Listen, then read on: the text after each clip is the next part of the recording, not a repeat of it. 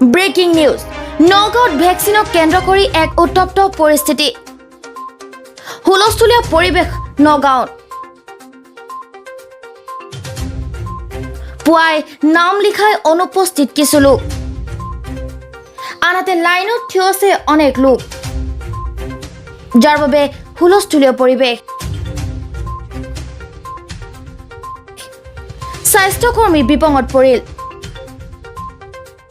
স্তব্ধ হৈ পৰিল ভেকচিন দিয়া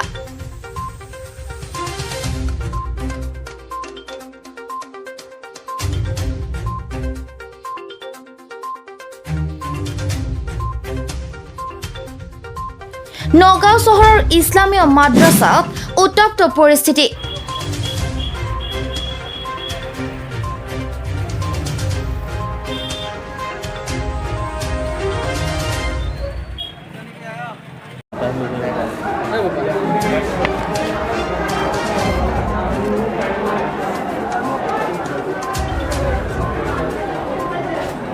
ভেকচিন প্ৰদানক কেন্দ্ৰ কৰি উত্তপ্ত পৰিস্থিতি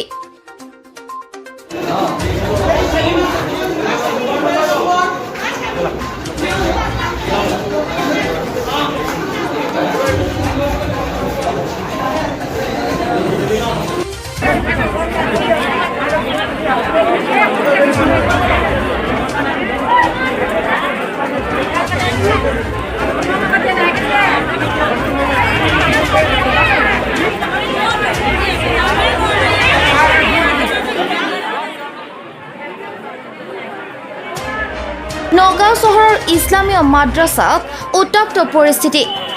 ভেকচিন প্ৰদানক কেন্দ্ৰ কৰি উত্তপ্ত পৰিস্থিতি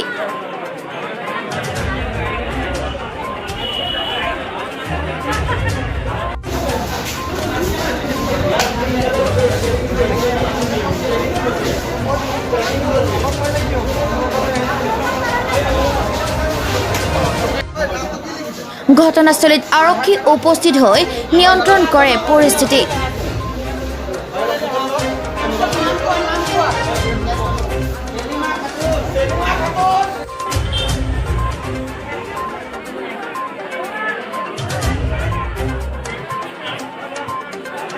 ৰাতিপুৱাই অনেকেই ৰেজিষ্টাৰত নাম ঠিকনা লিপিবদ্ধ কৰাই অনুপস্থিত শাৰী পতালোকে গেলা গৰমৰ বুন্দাপৰ দি থিয় থকাৰ পিছতো ভেকচিন নোপোৱাত এক উত্তপ্ত পৰিস্থিতিৰ সৃষ্টি কৰে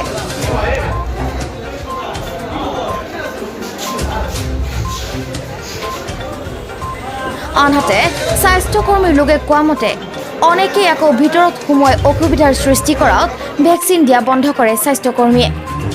অৱশেষত নিৰ্দিষ্ট স্থানত পুলিচ বাহিনী উপস্থিত হৈ পৰিস্থিতি নিয়ন্ত্ৰণ কৰিবলৈ সক্ষম হয়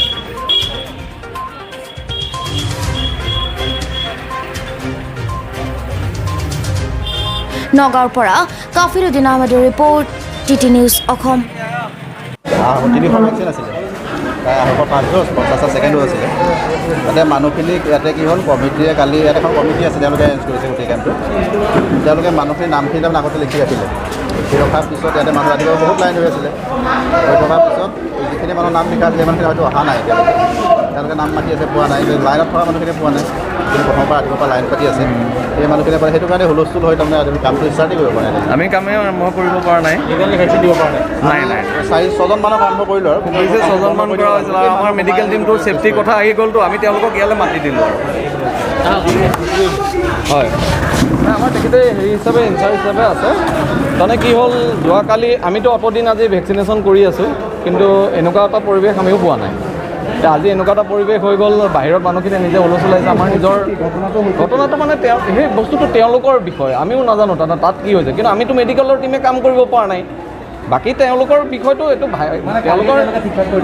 খুব সম্ভৱ তেনেকুৱা হ'ব পাৰে সেইটো আমিও ইমান ভালদৰে ডিটেইলছ নাজানো কিন্তু যিখিনি মানুহৰ নাম মাতি আছে মানুহখিনি নাই ইন দি মিন টাইমটো বেলেগ মানুহখিনিও আছে সেই মানুহখিনি তাৰমানে কুপন নোপোৱাৰ কাৰণে তেওঁলোকে বাহিৰত হেৰিটো কৰিছে আমিতো এটা নিয়াৰিকৈ কাম কৰিব পাৰিব লাগিব কাৰণ ইয়াত ৰেজিষ্ট্ৰেশ্যনৰ কথা আছে ভেৰিফিকেশ্যনৰ কথা টেষ্টিঙৰ কথা আছে আমাৰ এতিয়া টেষ্ট কৰিব পৰা নাই গাঁও ওপৰেদি উঠি অহাৰ নিচিনা কৰিছে তেনেকুৱা পৰিৱেশততো আমি কাম কৰিব নোৱাৰিম গতিকে আমি আমাৰ গোটেই মেডিকেলৰ টিমৰ মানুহখিনিক ইয়ালৈ মানে আনি পেলাই এই ৰুমটোত আমি হেৰি কৰি ৰাখি দিছোঁ মানে কাৰণ আমি বাহিৰলৈ যাব নাই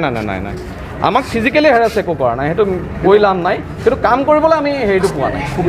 সুবিধা পোৱা নাই। এনেই ফিজিকেলি আমাক হেৰাছমেণ্ট একো কৰা নাই। বাহিৰত হুলস্থুল হৈছে আৰু ইয়াত ধৰক ভিতৰলৈ সোমাই গুচি আহে, আমি ভিতৰলৈ সোমাই আহিলেতো কাম কৰিব নোৱাৰিম। প্ৰশাসনৰ ফালৰ পৰা যোগাযোগ কৰা হৈছে তেওঁলোকক, ছাৰকো আমি জনাইছোঁ, জইণ্ট ডাইৰেক্টৰ ছাৰক জনাইছোঁ, আৰু সদৰ থানাতো ফোন কৰি দিয়া হৈছে। মানে যিহেতু পৰিৱেশটো বাহিৰত বেয়া, আমিতো ভিতৰত হেৰি কথা এটা আহি গৈছে, সেইটোৱে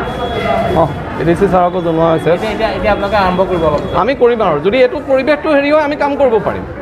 পৰিৱেশটো বাহিৰত ঠিক হৈ গ'লে আমাৰ ইয়াত কাম কৰিবলৈ দিগদাৰ নাই, কিন্তু আমাক ফিজিকেলি তেওঁলোকে কোনো এছল্ট কৰা নাই, একো কৰা নাই, খালি কাম কৰিবলৈ সুবিধাটো পোৱা নাই।